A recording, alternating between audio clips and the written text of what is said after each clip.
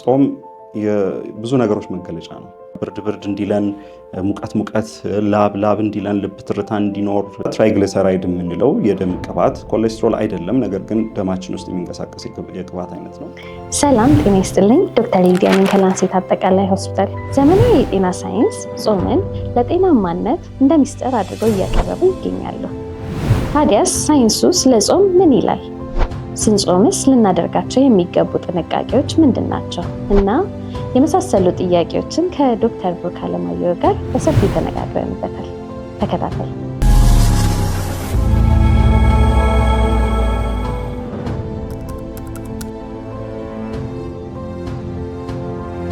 እሺ፣ ስሜ ዶክተር ብሩክ አለማየሁ እባላለሁ። የውስጥ ደዌ ስፔሻሊስት ነኝ። በተጨማሪም የስኳር እና የሆርሞን ሕክምና ስፔሻሊስት እንዲሁም የአጠቃላይ የማህበረሰብ ጤና ስፔሻሊስት ሐኪምም ነኝ እና ስለጋበዛችሁኝ አመሰግናለሁ።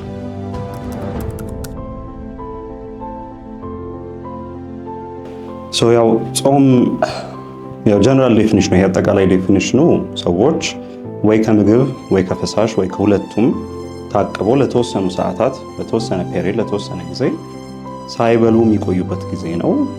የመንፈሳዊ ጾም ሊኖር ይችላል፣ መንፈሳዊ ያልሆኑ ጾሞች ሊኖሩ ይችላሉ።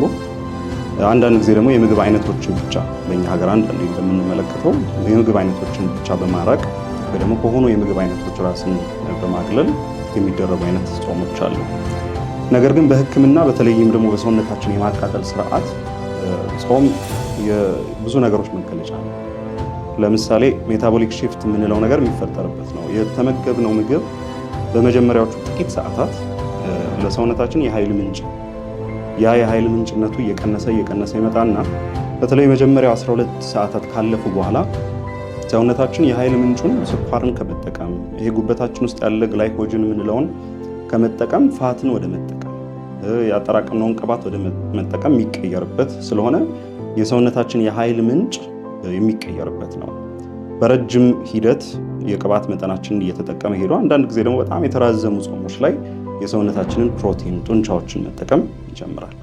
ሁለተኛው ሆርሞናል ሺፍት የምንለው የሆርሞን ለውጦችም የሚከሰቱበት ነው። ሰዎች ሲጾሙ ኢንሱሊን የምንለው ስኳራችንን ለመቆጣጠር የሚጠቅም ነገር ግን ሰውነታችንን ለመገንባት የሚጠቅም ሆርሞንም መጠኑ እየቀነሰ ይመጣና ሌሎች ደግሞ ተቃራኒ ሆርሞኖች ይጨምራሉ። ለምሳሌ ግላይኮጅን የሚባል የግሮዝ ሆርሞን የሚባል ኮርቲሶል የሚባል እነዚህ ሰውነታችን ስኳር በጣም እንዳይቀንስ ለመከላከል ይረዳሉ።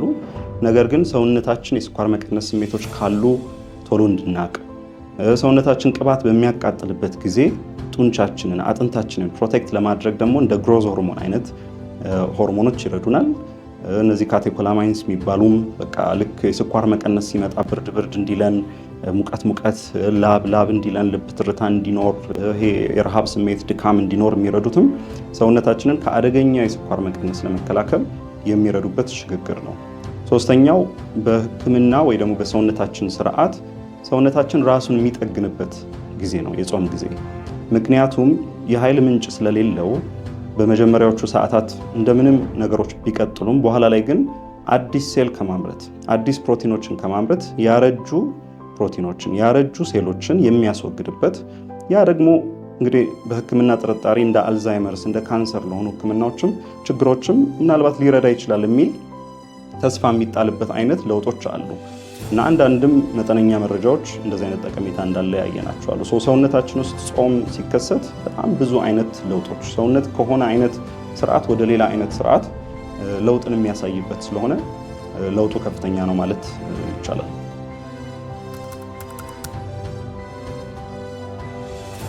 ያው እንግዲህ በእኛ ሀገር በተለይ በኦርቶዶክስ ጾም እንደምታውቁት አንዳንድ ታካሚዎች ምናልባት ሙሉ ቀን ሳይበሉ መቆየት የማይችሉ ከእንስሳት ተዋጽኦ ሳይጠቀሙ ይቀራሉ እና በኋላ ላይ ምናልባት እናነሳዋለን ብዬ አስባለሁ።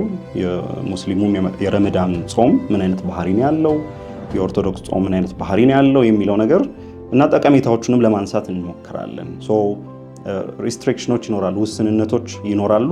ያም በተለይ ቬጂቴሪያን አይነት አመጋገብ ይሄ አትክልት ላይ ቤዝ ያደረገ መሰረት ያደረገ አመጋገብ ስለሆነ ለጤና ብዙ ጠቀሜታዎች ይኖሩታል። እሱ ላይ በጣም ያለቀለት ነገር ባይኖርም ሰዎች የጾምን ጠቀሜታ የሚያገኙት ምን ያህል ጊዜ ሲጾሙ ነው ብዬ ጥያቄውን ልውሰደውና የተለያዩ አይነት የጾም አይነቶች ላይ የተመለከትነው ለምሳሌ የ12 ሰዓት ጾም በራሱ ጠቀሜታዎች አሉት። ነገር ግን የምንጾምበት ጊዜ በረዘመ ቁጥር በተለይ እንዳልነው ካርቦሃይድሬት የማቃጠል ነገሩ እየቆመ ፋት የማቃጠል ነገሩ ስለሚጨምር ጠቀሜታው በረዘመ ቁጥር የተሻለ ይሆናል። ነገር ግን ከ72 ሰዓት በላይ የሆኑ ጥናቶች ብዙ ስለሌሉ ጠቀሜታው ከ72 ሰዓት በኋላ አለ የለም የሚለውን ምናልባት ማስቀመጥ ያስቸግራል። ነገር ግን በሃይማኖት ሰዎች እስካሁን ድረስ አትሊስት በምናውቀው በሙስሊም ረመዳን ሰዎች ፀሐይ ከገባ በኋላ ፀሐይ እስከሚወጣ ድረስ ባለው ነው መመገብ የሚችሉት። በትንሹ የ12 ሰዓት ጾም ነው። ነገር ግን እንዳለንበት የላቲቲዩድ ኬክሮስ ነው የሚባለው እንትኑ ሊለያይ ይችላል። ለምሳሌ በዚህ ጾም ለንደን ላይ ያለ ሰው የረመዳንን ጾም ለ12 ሰዓት ነው የሚጾመው።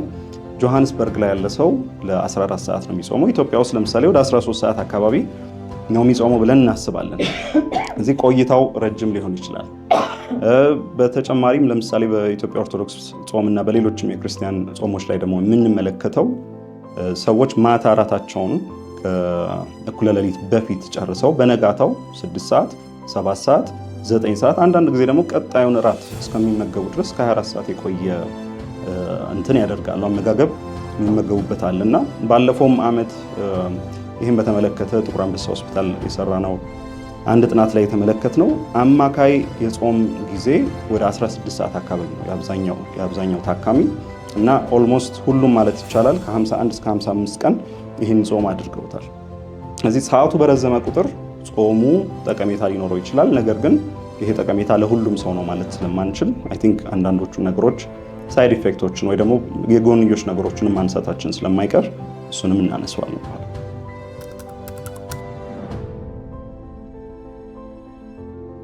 መልካም ጾም በተመለከተ በጣም ብዙ ያው ጥናቶች በተለይ አሁን እየተደረጉ ነው። በተለይ ከስኳር ታካሚዎች ጋር ተያይዞ እነዚህ አይነት ጥናቶች በበርካታ አገራት ላይ ተደርገዋል። ከዛም ውጪ ስኳር የሌላቸው ጤነኛ ሰዎች ላይ የተደረጉ አሉ፣ ወይ ደግሞ ስኳር ታማሚዎችን ጤነኛ ከሆነ ሰውም ጋር እየተነጻጸሩ የተደረጉ የተለያዩ ጥናቶች አሉ። ስለዚህ በጉልህ የታዩት ጠቀሜታዎች ያው የሰውነት ክብደት መቀነስ፣ የግፊት መሻሻል፣ የስኳር ክምችት መቀነስ፣ የኮሌስትሮል መቀነስ የመሳሰሉት ነገሮች በጣም ታይተዋል። አንዳንድ ጥናቶች ላይ ልክ እንደ አልዛይመርስ፣ ፓርኪንሰንስ የሚባሉት ላይም የሜሞሪ ይሄ ኮግኒቲቭ የአንጎል አሰራር ጠቀሜታዎች እንዳሉም የታዩባቸው አነስተኛ ጥናቶችም አሉ። ቅድም እንዳልኩት ሰፊው ጥናት በተለይ ጾምን በተመለከተ ያለው ስኳር ታካሚዎች ላይ ነው። በተለይም ደግሞ ረመዳን ጾም ላይ ነው የተደረገው። እስካሁን ድረስ ከ2000 በላይ የሆኑ ጥናቶች ረመዳን ጾምና ስኳርን በተመለከተ ተደርገዋል። በክርስቲያንም የተደረጉ የተወሰኑ የጾም ጥናቶች አሉ። እኛም ያደረግነው ኢትዮጵያ ውስጥ ያደረግነው ጥናት አለ። እዛ ላይ ስኳር ታካሚዎች ላይ ያየነው ጠቀሜታ ምንድን ነው? የመጀመሪያው ነገር የስኳር ቁጥጥራቸውን እንደሚያሻሽለው። እንግዲህ ሄሞግሎቢን ኤዋንሲ የምንለው ብዙ የስኳር ታካሚ የሚያውቀው የ3 ወር የስኳር ክምችት የሚጠቅስልን ወይ ደግሞ የሚነግረን የምርመራ አይነት አለ። እሱ ላይ ጠቀሜታዎች እንዳሉ በአማካይ የ0.5% ትልቅ ለውጥ ነው። ይሄ ለውጥ እንዳለ ብዙ ጥናቶች አሳይተዋል። አንዳንዶች እስከ 0.8% ድረስ፣ የእኛ ጥናት ላይ የ0.4% ለውጥ ጿሚዎቹ ላይ ተመልክተናል።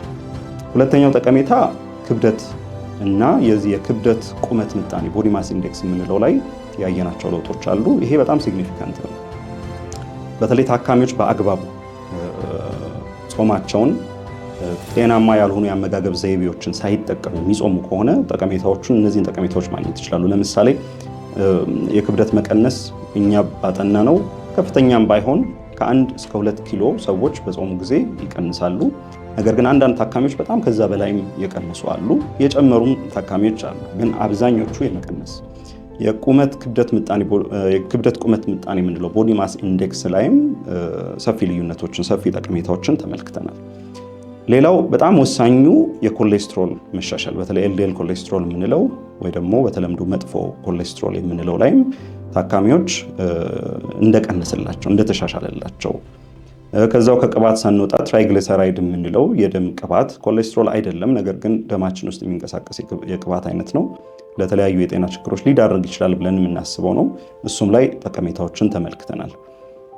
በመጨረሻ ግፊት ላይ በተለይ ዳያስቶሊክ ብለድ ፕሬሸር የምንለው የታችኛው የደም ግፊት የምንለው ላይ ያየናቸው ጠቀሜታዎች አሉ። አንፎርቹኔትሊ የእኛ ጥናት ላይ ታካሚዎቻችን የደም ግፊት ጠቀሜታ እንዳዩ ማግኘት አልቻልንም። ነገር ግን በርካታ የክርስቲያን የሙስሊም ጥናቶች ላይ የግፊት መሻሻሎች ታካሚዎች እንዳሳኩም ተመልክተናል። ስለዚህ እነዚህ በጣም ክሪቲካል ናቸው። በተለይ የስኳር ቁጥጥር፣ የኮሌስትሮል ቁጥጥር፣ የክብደት መቀነስ፣ የግፊት መስተካከል የሚባሉት ነገሮች ቁጥርን ከማስተካከል አልፎ ድንገተኛ የሆኑ የደም ስር አደጋዎች እንደ ስትሮክ፣ የልብ አደጋ ምናምን የሚባሉትን ከመቆጣጠር አንጻር የስኳር ሕክምና ውስጥ በጣም ቁልፍ ቦታ ስላላቸው እነዛ ጠቀሜታዎች አሉ። ምናልባት ታነሽልኝ እንደሆነ አላቅም፣ ጠቀሜታ ብቻ ግን ሁል ጊዜ ማውራት አንችልም። የስኳር ታካሚዎች ላይ በተደረጉ ጥናቶች ያየናቸው አደጋዎችም አሉ። እነዛን አደጋዎች በተወሰነ ደረጃ ልጥቀሳቸውና አይ ቲንክ መቀጠል እንችላለን። ትልቁ አደጋ ምናልባትም የጾምን ነገር በጣም አደገኛ የሚያደርገው በተለይ ለአንዳንድ ታካሚዎች የስኳር መቀነስ፣ አደገኛ የሆነ የስኳር መቀነስ ሃይፖግላይሲሚያ የምንለው ነገር ትልቁ ችግር ነው። እንግዲህ ስኳር ታካሚዎች ላይ ሃይፖግላይሲሚያ የምንለው የስኳር ልኬታቸው ከ70 በታች ሲሆን ነው። በጣም ትልቁ ቻሌንጅ እሱ ነው። አንዳንድ ታካሚዎች ላይ ደግሞ ይሄ ከባድ የሚባል የስኳር መቀነስ ወይ ደግሞ ሲቪር ሃይፖግላይሲሚያ ቁጥራቸው ከ54 በታች ሆኖ ራሳቸውን ኮንፊውዝድ፣ ይሄ ራሳቸውን የመሳት የሰው እርዳታ የመፈለግ ነገር እስከሚያስፈልጋቸው ድረስ ከባባድ የሆኑ የስኳር መውረዶች ሊከሰቱ ይችላል። ሌላው በተቃራኒው ይከሰታል። አንዳንድ ጊዜ ከፍተኛ የስኳር ጭማሪዎችም አንዳንድ ጊዜ ይከሰታሉ። ቁጥራቸው ከ250 ከ300 በላይ ታካሚዎቻችን ሆነው ከስኳር መጨመር ጋር ደግሞ የሚገናኙ ለምሳሌ የሰውነት ፈሳሽ መቀነስ፣ የዳያቤቲክ ኪቶ አሲዶሲስ የምንለው በደማችን ውስጥ ኬቶን የሚባሉ አሲዶች የመከማቸት፣ ይሄ ኤችኤችኤስ የምንለው አይነት 2 ስኳር ታካሚዎች ላይ በከፍተኛ የስኳር መጨመርና የፈሳሽ ማነስ የሚመጡ መዘዞች ሊመጡ ይችላሉ። ስለዚህ ጾም ሁል ጊዜ ጠቀሜታ አለው፣ ለሁሉም ሰው እኩል ቤኔፊሻል ነው ወይ ደግሞ ይረዳል ብለን ብንወስድ ወይ ደግሞ ብንናገር አሳሳች ስለሚሆን እነዚህንም ግንዛቤ ውስጥ መክተትና አደጋ ያለባቸው ታካሚዎች ላይ ቅድመ ጥንቃቄ ማድረግ ያስፈልገናል።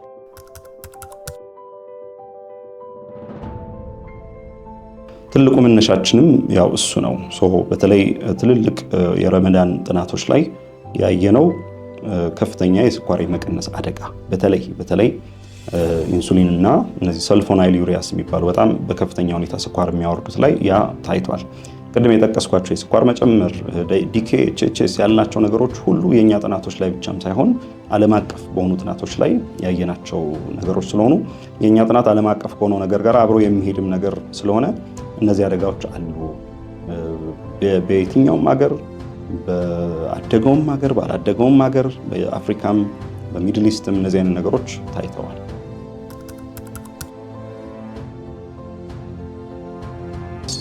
ይሄ በጣም ቁልፍ ጉዳይ ነው። ምክንያቱም ሁል ጊዜ ሴሌክቲቭ መሆን፣ መምረጥ፣ ጥንቃቄ መውሰድ አስፈላጊ ስለሆነ መታወቅ ያለበት ነገር እንደ ሐኪም ያው ፈቃጅና ከልካይ አይደለንም። እንደ ሐኪም አደጋዎችን እናሳያለን። ግን ያው ጾም መንፈሳዊ ስለሆነ ግላዊ ነገር ስለሆነ አንዳንድ ጊዜ ታካሚዎች አደጋው ከፍተኛ ሆኖ ጾማቸውን ሲቀጥሉ እንመለከታለን። እስካሁን ድረስ በምናውቀው ዓለም አቀፍ የሆኑም መመሪያዎች ይወጡ አሉ። የተወሰኑ ታካሚዎች በጾም ወቅት ለከፍተኛ አደጋ ቅድም ለጠቀስናቸው ችግሮች የመጋለጥ እድላቸው ሰፊ ነው ብለን የምናስባቸው አሉ። ከእነዚህ ውስጥ ለምሳሌ አይነት 1 ስኳር ታካሚዎች፣ የአይነት 1 የስኳር ህመምና አይነት 2 የስኳር ህመም በጣም የተለያዩ በሽታዎች ናቸው።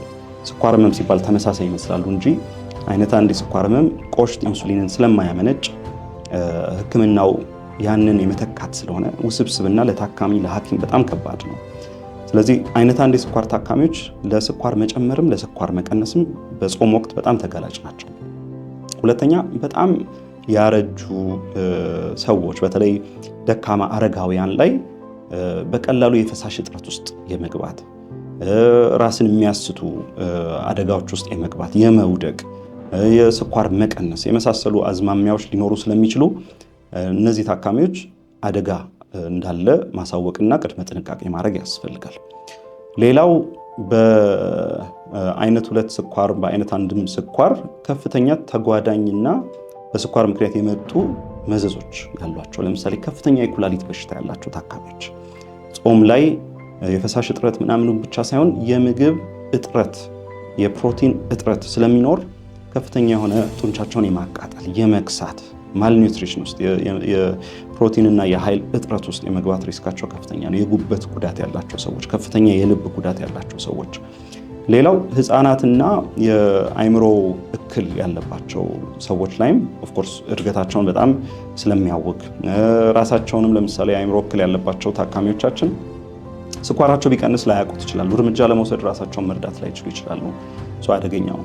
ሌላው በጣም መታወቅ ያለበት ነፍሰ ጡር እናቶች፣ ምክንያቱም እርግዝና ወቅት ሰውነት በጣም የተመጣጠነ የአመጋገብ ነገር ስለሚያስፈልገው በጾም ወቅት ፕሮቲን ሪስትሪክትድ ሆኖ በሰዓት ተወስኖ ለጽንሱ በቂ የሆነ የተመጣጠነ ኒውትሪሽን ወይ ደግሞ ምግብ ማቅረብ እናቲቱን ስለሚያስቸግራት ነፍሰ ጡር እናቶች እንዲጾሙ አይመከርም። ምናልባት ሌላው ኢንሱሊን በተለይ ወሰብሰብ ያለ የኢንሱሊን አጠቃቀም የሚጠቀሙ ታካሚዎች ከሁለት አይነት በላይ ኢንሱሊን የሚጠቀሙ ወይ ደግሞ በጣም በከባዱ የስኳር መውረድን የሚፈጥሩ ኪኒኖችን የሚጠቀሙ ታካሚዎች ለስኳር መውረድ በጣም ስለሚጋለጡ በተቻለ መጠን እነዚህ ታካሚዎች አደጋ ላይ መሆናቸውን ማወቅ አለብን። በጣም ግድ ካሉም መድኃኒቶቹ ላይ ከፍተኛ የሆነ ማሻሻያና ማስተካከያ ማድረግ ያስፈልጋል። ሆኖም አልሆነም ግን የትኛውም የስኳር ታካሚ ለስኳር ብቻም አይደለም የተለያዩ አይነት ክሮኒክ የሆኑ ዘላቂ የሚባሉ አይነት የጤና እክሎች ያሉባቸው ታካሚዎች፣ የካንሰር ታካሚዎች፣ የደም ግፊት ታካሚዎች፣ የልብ ታካሚዎች ሁሉ ጾምን መጾም ከመጀመራቸው በፊት በተቻለ መጠን ምክክር ማድረግና ሪስኮቹን አስቀድሞ ማወቅ አስፈላጊ ነው።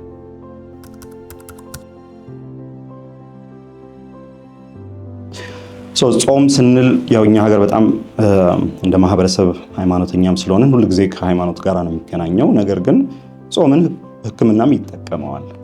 ቅድም እንዳልኩሽ ጾም ሲደረግ ሰውነታችን የማቃጠል ስርዓቱ ስለሚቀየር ሆርሞናል ለውጦች ስለሚኖሩ ሕክምና ያንን መጠቀም ይፈልጋል። በተለይ ክብደትን ለመቀነስ አንዳንድ ዘላቂ በሽታዎችን ለመቆጣጠር ልንጠቀመው እንችላለን። ለምሳሌ መጀመሪያ ማንሳት የምንችለው ኢንተርሚተንት ፋስቲንግ የሚባል ነገር አለ። ኢንተርሚተንት ፋስቲንግ እንግዲህ በአማርኛ ለማስቀመጥ እንዴት እንደምችል አላቅም። ነገር ግን ባህሪው እንዴት ነው? ሰዎች በቀን ውስጥ የሚመገቡትን ምግብ በተወሰነች ሰዓት ውስጥ ብቻ ይመገቡና ሰፊውን የቀኑን ክፍል ሰፊውን የ24 ሰዓቱን ክፍል ሳይመገቡ እንዲያሳልፉ ነው። የተለያዩ አይነት ስኬጁሎች ታካሚዎች ይሰጣቸዋል። ለምሳሌ 16-8 የሚባል ኢንተርሚተንት ፋስቲንግ ሰዎች በ8 ሰዓት ውስጥ ምግባቸውን ይጨርሳሉ። የቀረውን 16 ሰዓት አይመገቡም። ወይ ደግሞ 18-4 ወይ 18-6 ወይ ደግሞ 24 እየተባለ የጾሙ ሰዓት እየረዘመ የምንመገብበት ሰዓት እያነሰ መጥቶ ረዘም ያለ የጾም ጊዜ ለመስጠት ይደረጋል። ሁለተኛው ታይም ሪስትሪክትድ ፋስቲንግ በሰዓት የተወሰነ ጾም የምንለው ነው። የረመዳን ቤዚካሊ እንደዛ አይነት ባህሪ ያለው ነው። ለምሳሌ ሰዎች ቀን ውስጥ ብቻ ነው የሚበሉት፣ ማታ ላይ አይበሉም። ሰውነታችን ማታ ላይ ከምግብ ነፃነቱን ያገኛል። ስለዚህ የምግብ አይነቱን አይደለም እየቀየርንባቸው ያለ ነው። ነገር ግን የሚበሉበት ሰዓት ቀን ላይ ብቻ ነው፣ ታይም ሪስትሪክትድ ነው፣ ወይ ደግሞ ማታ ላይ ብቻ ነው የምንልበት አይነት ነው። ሶስተኛው እነዚህ ሪስትሪክትድ ደግሞ የሚባሉ አሉ። ለምሳሌ ወተር ፋስቲንግ በውሃ ብቻ እየተጾመ 24 ሰዓት፣ 48 ሰዓት፣ 72 ሰዓት ውሃ ብቻ እየተጠጣ የሚቆይባቸው አሉ።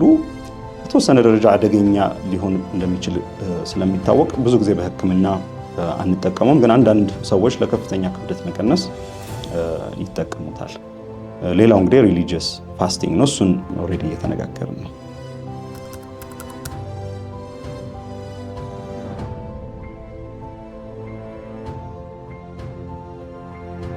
ልክ ነው። ይሄ በጣም ወሳኝ ነው።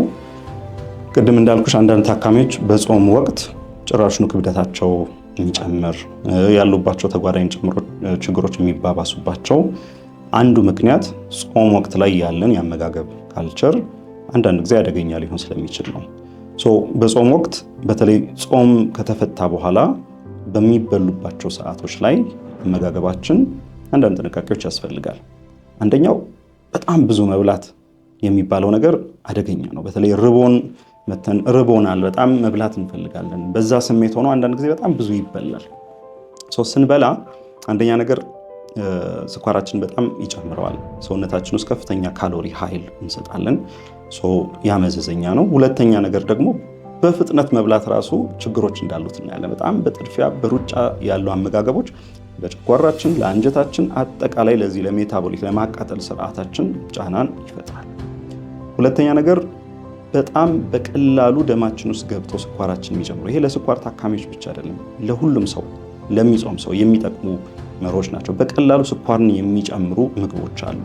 እነዚህ ሲምፕል ካርብስ ምንላቸው፣ ይሄ በተለምዶ ግላይሴሚክ ኢንዴክስ ምንለው ነገር አለ። ምግብ ወዲያውኑ ስኳርን የመጨመር አቅሙ ምንለው። እንደዚህ አይነት ምግቦችን በተቻለ መጠን መቀነስ፣ እንደውም ከተቻለ ማስወገድ ይቻላል። ይሄ ለምሳሌ የፉርኖ ዱቄት ውጤቶች፣ ቴምር በብዛት ከተበላ፣ ኬኮች፣ ኩኪሶች፣ ስኳርነት ያላቸው ስኳር የገባባቸው ለስላሳ መጠጦች። ብዙ ሰው በጾም ወቅት ለስላሳ መጠጦችን ያዘወትራል። እነዚህ ምንድነው የሚያደርጉት? በአንድ ጊዜ ሰውነታችንን ስኳር እንዲጨምር ያደርጋል። ያን ተከትሎ ኢንሱሊን ይጨምራል። ሰውነታችንን ወደ መገንባት ወደ መወፈር ያጋልጣል። ሌላ ደግሞ ብዙ ደም ስሮቻችን ላይ ልባችን ላይ ጫናዎችን ይፈጥራል።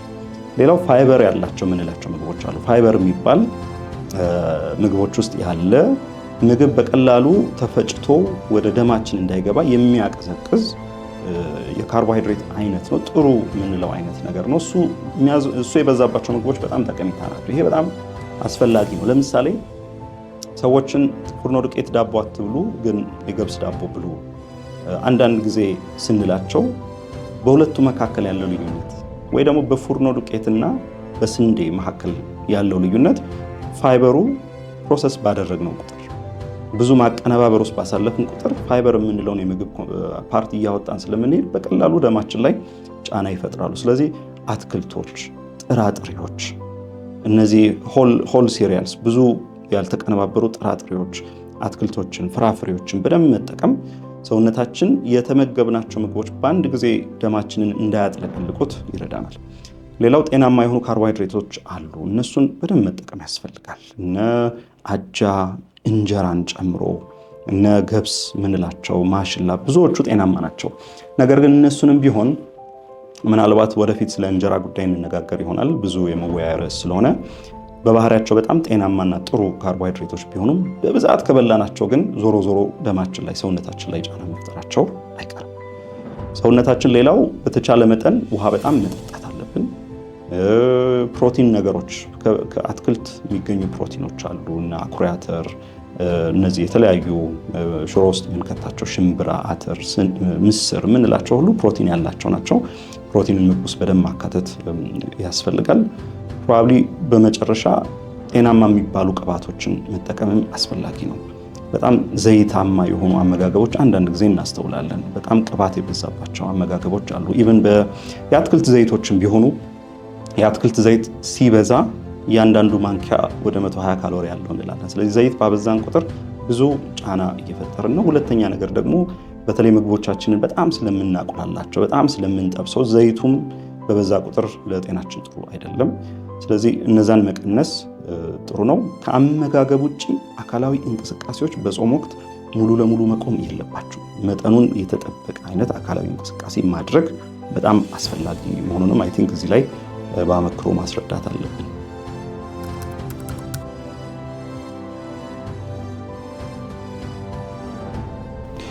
ልክ ነው። በቃ አሁን የአመጋገብ ስርዓቱን ያነሳ ነው ከዛ አንጻር ነው እና አንድ ሰው ጾመ ማለት ከዘወትር ሌላ ጊዜ ከሚመገበው ያነሰ በላ ማለት አይደለም።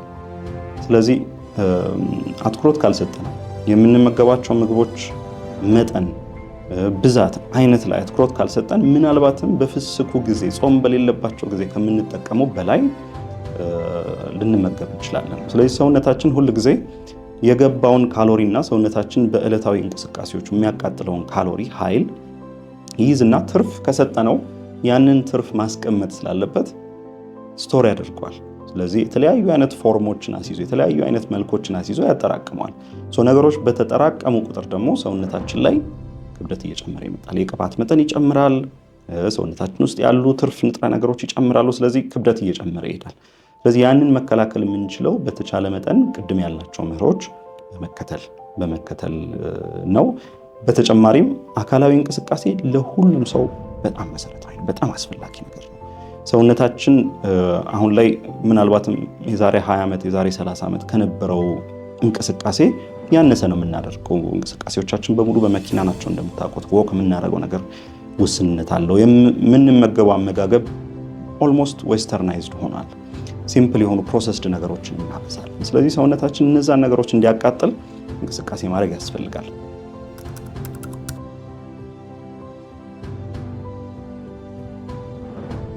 ኤግዛክትሊ። በጣም ጥሩ ነገር መቼ ነው ሰዎች ኤክሰርሳይዝ ማድረግ ያለባቸው? ይቻላል።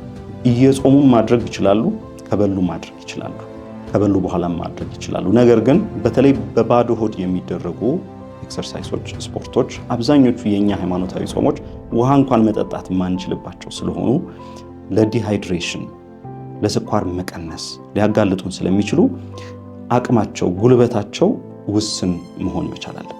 ለምሳሌ እነዚህ በጣም ሃይ ኢንቴንሲቲ የሚባሉ ኤክሰርሳይሶች በጣም በፍጥነት በአጭር ደቂቃ በጉልበት የሚደረጉ አይነት የስፖርት አይነቶች አሉ፣ የኤሮቢክስ አይነቶች አሉ።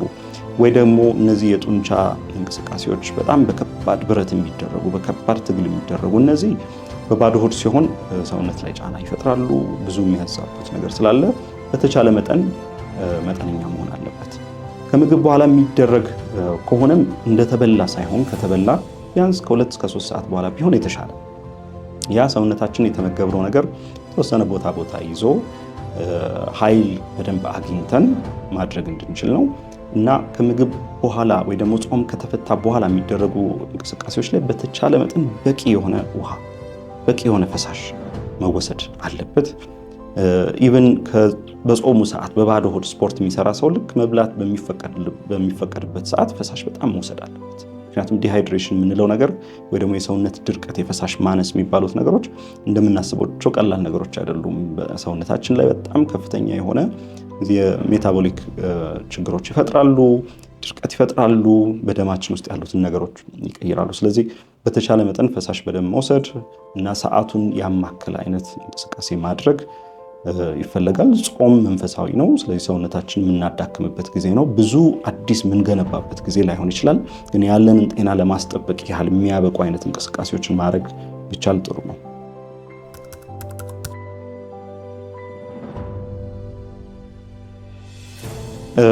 አይ ቲንክ የአንጀት ስርዓታችንን በተመለከተ እንደ ግፊት፣ እንደ ስኳር የሆኑ አይነት በጣም ኮመን የሆነ የጋራ መርሆች ብዙ የሉትም። ምክንያቱም ለሁሉም ሰው በርበሬ ለጨጓራው ጥሩ አይደለም ወይ ምስር ለጨጓራው ጥሩ አይደለም የምንለው ነገር የለም። ነገር ግን አይ ቲንክ ጥንቃቄ በተቻለ መጠን መደረግ ያለበት በጣም ቅመም የበዛባቸው ምግቦች፣ ቅባትነታቸው የበዙ ምግቦች፣ ፋይበር ሳንበላ ለምሳሌ የእንስሳት ተዋጽኦ የሚበሉ ታካሚዎች ስጋ ነገር፣ ቅባት ነገር ብቻ የሚበሉ ከሆነ ለአንጀታችን ለመፍጨት ስለሚያስቸግር ሆድ መነፋቶች፣ ሆድ ድርቀቶች ሊከሰቱ ይችላሉ። ለጨጓራ ለመፍጨት ሊያስቸግረው ይችላል። ስለዚህ የአመጋገብ ሲኩዌንስም ቢኖር ጥሩ ነው። በተቻለ መጠን መጀመሪያ ላይ የምንበላው ነገር ከባዱን ነገር መሆን የለበትም። እንደውም አትክልት ነገሮች ወይ እንደ ሾርባ ነገሮችን አስቀድሞ ወስዶ ከዛ በኋላ ቀስ በቀስ ወደ ሌሎቹ ምግቦች መሄድ ቢቻል ለአንጀታችን ለጨጓራችን አስፈላጊ ነው። እና ቅድም ያልኩት በፍጥነት የመብላት ነገር ለአንጀትም ጫና ስላለው ያንን ማስተካከል ጥሩ ነው። ነገር ግን ለሁሉም ሰው በርበሬ ለሁሉም ሰው እንትን የሚለው ነገር አያስኬድም። ያው እንደ ሀገር በጣም የተቀመመ የሚያቃጥል ምግብ የለመደ አይነት ምላስ ያለን ማህበረሰብ ስለሆንን ያው ካልቸራል ነገሮች፣ ባህላዊ ነገሮች ብዙ ላንቀይራቸው እንችላለን። ነገር ግን ሁሉም ሰው እንደራሱ የማይመቸውን የሚረብሸውን ሲመገበው የሚያስቸግረውን አንዳንድ ስሜቶች የሚፈጥርበትን ምግብ በተቻለ መጠን እያስተካከለ እየቀነሰ ወደሚመቸው እያደላ ቢመገብ የተሻለ ነው ብዬ አስባለሁ።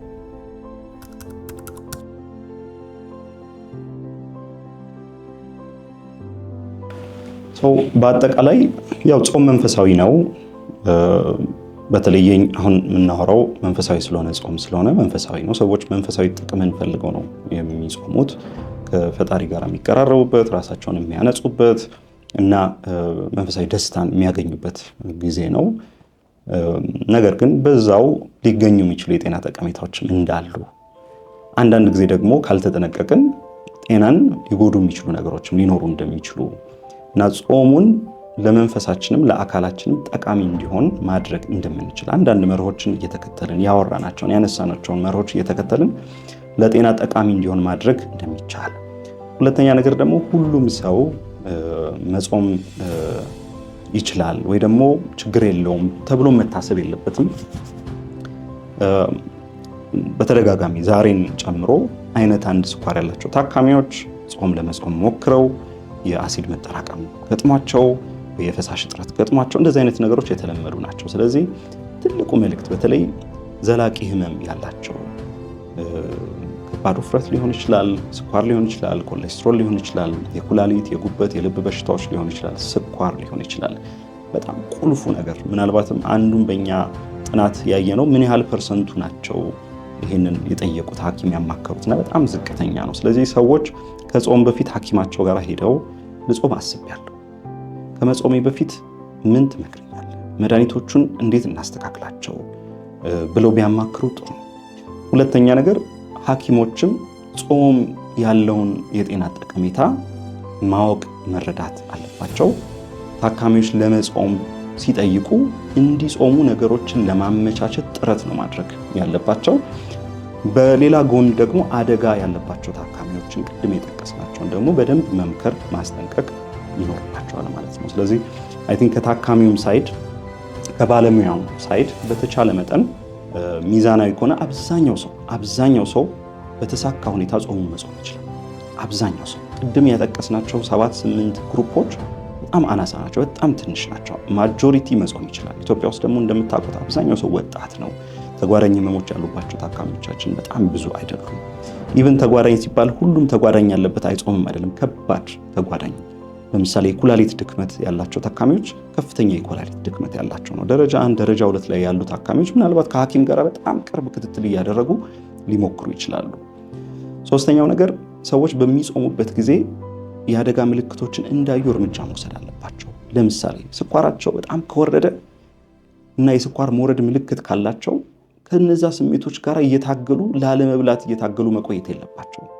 ጾምን ለማፍረስ የስኳር ከፍተኛ አወራረድ ካለ በቃ ምንም ሌላ የምናመልጠው ነገር አይደለም። ወይ ደግሞ ከፍተኛ የስኳር መጨመር ያላቸው ታካሚዎች ቶሎ መውሰድ አለባቸው። ምክንያቱም ሌሎች መዘዞች ሊመጡ ይችላሉ። የማዞር ስሜት፣ ሽንት በጣም የመጥቆር ስሜት፣ የመድረቅ ስሜት፣ ራስን የመሳት ስሜቶች ካሉ እነዚህ ጾምን ለማፍረስ ምክንያቶች ናቸው። ምክንያቱም የትኛውም ሃይማኖታዊ ስርዓት ጤናን ያስቀድማል። የትኛውም ሃይማኖታዊ ስርዓት ህይወትን ያስቀድማል። ስለዚህ ሰዎች አቅም ካላቸው ነው እንዲጾሙ የሚመከሩት። ስለዚህ ከመጠን በላይ ራስን ጫና ውስጥ መክተት ውስጥ ብዙ ታካሚዎች ሲገቡ ስለምናይ በተቻለ መጠን የአደጋ ምልክቶችን አይተው ችግሮች ካሉ ቶሎ መውሰድ ያለባቸው ምግብ፣ ፈሳሽ መውሰድ እና ሐኪምን ማማከር የሚባሉት ነገሮች አስፈላጊ ናቸው። ይሄ ርዕስ ለእኛ ማህበረሰብ በጣም አስፈላጊ ስለሆነ ብዙ ሊሰራበት ይችላል እያስባለሁ እና ሐኪሞችንም ታካሚዎችንም በደንብ ካስተማርን ካሳየን አይ ቲንክ ተባብረን ስኬታማ የሆነ የጾም ጊዜ አብዛኛው ሰው እንዲያሳልፍ ማድረግ እንችላለን። ግን አብዛኛው ነው እንጂ ሁሉም ማለት አይደለም።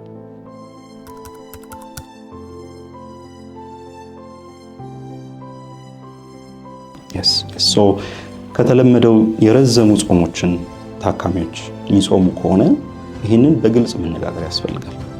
ምክንያቱም ለምሳሌ ለተለመደው ጾም ኢትስ ኦኬ ብለን ግን ረዘም ላለ ጾም መሆን አይችልም ወይ ደግሞ አደጋው ሰፊ ነው የምንልባቸው አጋጣሚዎች ሊኖሩ ይችላሉ። ስለዚህ እንደ ታካሚ ሁኔታ የሚወሰን ነገር ስለሆነ ሰዎች ረዘም ያለ ጾም ለመጾም ካሰቡ አንዳንድ ጊዜ በግላቸውም ሊሆን ይችላል፣ ለጤናም ሊሆን ይችላል፣ ወይ ደግሞ በሃይማኖትም ሊሆን ይችላል። አንዳንድ ጊዜ 48 ሰዓት 72 ሰዓት ከዛም በላይ ሰዎች ለመጾም ሲሞክሩ እንመለከታለን። በተቻለ መጠን በተለይ ህመም ያላቸው ሰዎች ከሐኪም ጋር ሳይመካከሩ ባያደርጉት የተሻለ ነው። እንደዛ በማድረግ ውስጥ ችግሮች ቢፈጠሩ እንኳን ነገሮችን ለመመለስ በጣም አስቸጋሪ ስለሚሆን አስቀድመን ጥንቃቄ፣ ሐኪሞችም ይህን ነገር ሲያግዙ በተቻለ መጠን ሐኪሙን ዝርዝር የሆነ ማብራሪያ ምን ማድረግ አለበት፣ ምን ሰዓት ላይ ምን አይነት እርምጃ መውሰድ አለበት፣ የአደጋ ምልክቶቹ እነዚህ ናቸው፣ እንዲህ ከተከሰተ እንደዚህ አድርግ፣ በዚህ ሰዓት እኔን አገኘኝ የሚል በደንብ ጠንከር ያለ መመካከር መስጠት አለብን ብዬ አስባለሁኝ። ያው አብዛኞቻችን ከጊዜ ጥበት አንጻር ሰፊ ሰዓት ለታካሚዎች አለመስጠታችን ያሳዝናል። ነገር ግን በተቻለ መጠን ባለችው ጊዜ በበቂ ሁኔታ ለማስተማር ለማብራራት መሞከር አለብን። ሚዲያም እናንተም እዚህ ላይ የምትሰሩት ስራ አይ ቲንክ ለብዙሃኑ ስለሚደርስ ጠቀሜታው ከፍተኛ ነው ብዬ አስባለሁ። ላንሴት አጠቃላይ ሆስፒታል